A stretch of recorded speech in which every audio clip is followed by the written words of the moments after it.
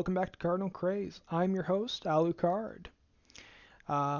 This is episode 2. I wanted to give a way too early look at Louisville football and talk about some things that are going on with the Cardinals first. Now, first off, Louisville Cardinals have been training at home and working to the best of their abilities, as Scott Satterfield said in a press interview the other day.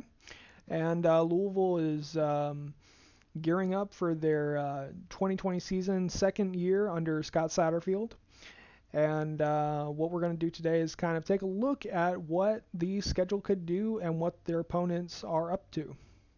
Now, one of the first things I wanted to say was that our prayers and thoughts go out to Corey Reed, who is a wide receiver for Louisville. He recently lost his father due to complications due to the coronavirus, and our thoughts and prayers are with them, and we hope that everyone is staying safe out there.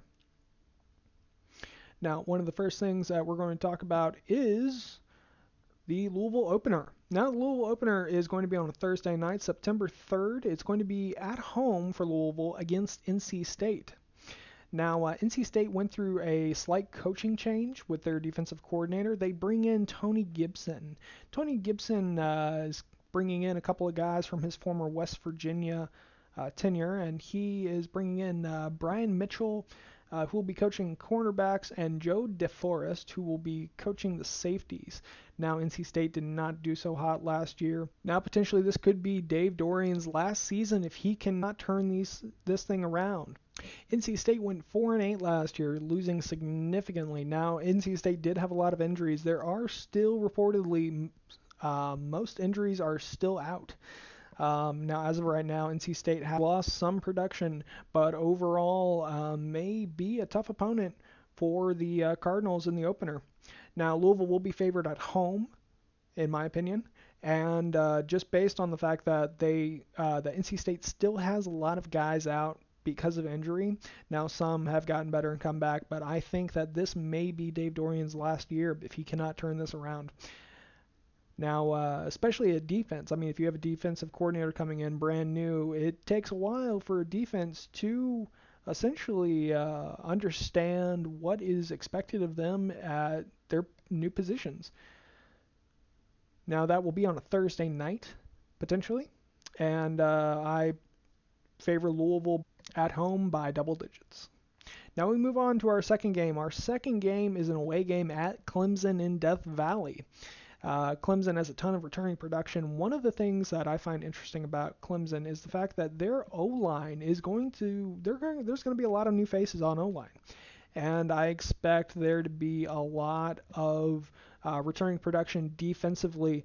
Now, Trevor Lawrence does return for his junior year.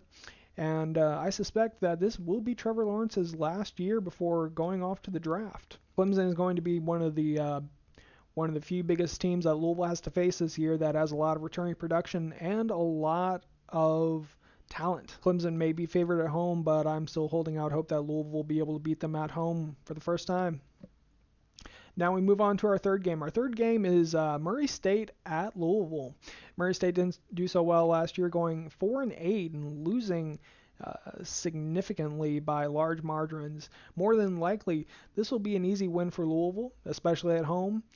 And that will be on Saturday, September 19th. Now, the next game after that, Game 4, Louisville will be hosting WKU at Louisville.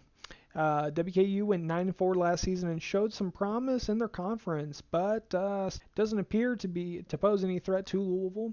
Now, I expect this game to be a hard-hitting game and potentially a very good game. Louisville should still be favored, though, playing at home. Saturday, October 3rd. Louisville will be at Syracuse. Tommy DeVito returns as quarterback for Syracuse, so there will be a lot to watch out for, especially in the passing game.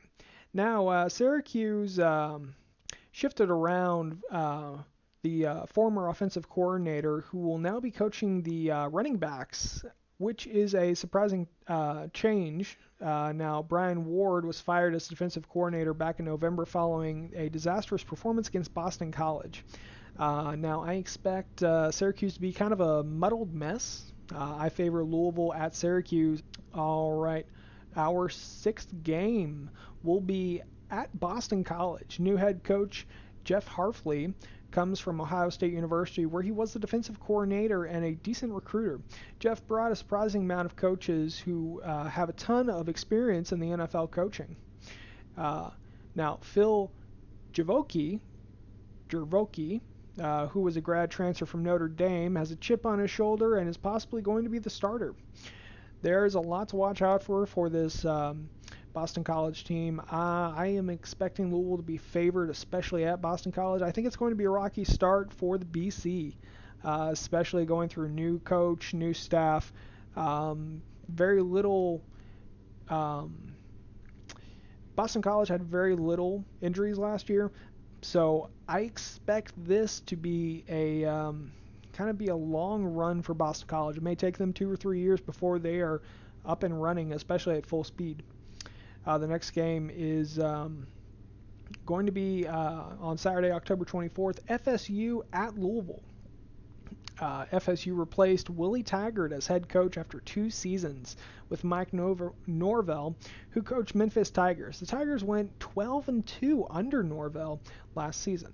Now, one of the things to understand is that the Seminoles are not getting off to a great start. FSU did not get to do a spring practice. They were actually looking for a later spring practice, and unfortunately, due to the coronavirus, the spring practice for the FSU has been canceled.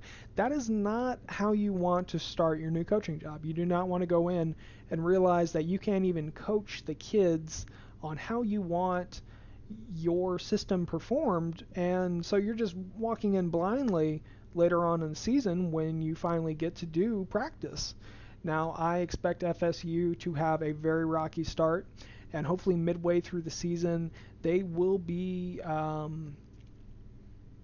hopefully a little bit more formidable. Louisville should be able to steamroll, especially with and take advantage of the chaos.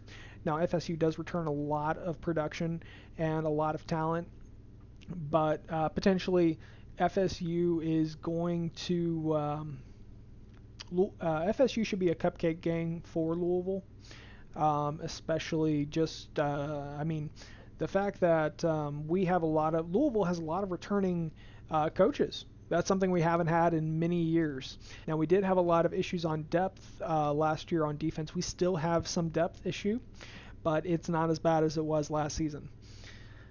All right. So one of the things I want to talk about was the next game, which is October 31st at Louisville. It's Virginia Tech versus Louisville at home. Now, head coach Justin Fluitt may be in a little hot water after earlier this past winter going for an interviewing position for head coach at Mississippi State and not getting the job. Unsure how this has affected his players. This is at home for Louisville and hoping that they can capitalize on that fact. The next game is at Virginia.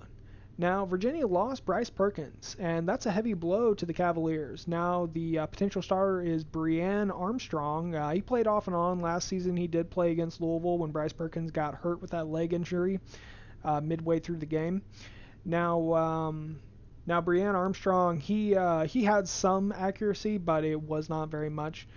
Now, he may be the starter coming in this season. The Cavaliers bring a lot back, and they were very formidable to the Louisville offense. But hopefully this year we will still have a winning edge over them. All right, now the next game is Saturday, November 14th. Wake Forest at home. Wake Forest lost quarterback Jamie Newman to the transfer portal. Jamie Newman went off to actually join the Georgia University, and he is looking to be the starter for Georgia. Now, with this, Sam Hartman is going to step in potentially as the starter for Wake, but Wake brings back a minimal amount of production, so time will tell, but Louisville should be favored at home. Now, the next game is going to be against Notre Dame on November 21st. On defense at Louisville, the Cardinals weren't able to keep up, losing 35-17 Notre Dame. Notre Dame brings back a ton of production, even star quarterback Ian Book. The Cardinals will face an uphill battle against the Fighting Irish. This is one of those areas where it could go either way. Now, the last and final home game shall be against UK. UK does return a lot of production and Terry Wilson at quarterback. I expect Terry Wilson to be a formidable threat through the air, and he has recovered from his injury that he suffered during the first game last season. Now, this is a rivalry game. Anything can happen in a rivalry game, and that's one of the biggest things about college football is that when you face your rival, it's just a flip of a coin. Which side is going to bring the most? Now, last year, uh, Mikhail Cunningham did have a cold and was fighting off a cold during the UK game. Now, and some of the players were also going through some stomach bug issues, but due to the heavy rain, it caused Louisville to lose by a considerable amount. But because it's at home and it is second year under Scott Satterfield, things should be turned around. I'm hoping for the best. But for the most part, thank you for joining and watching. Please subscribe and like, and let me know what you think in the comments below. I'll be answering any questions you have, and go Cards. Well, well, well, well. I look over yonder, and what I see seems like a chariot coming after me.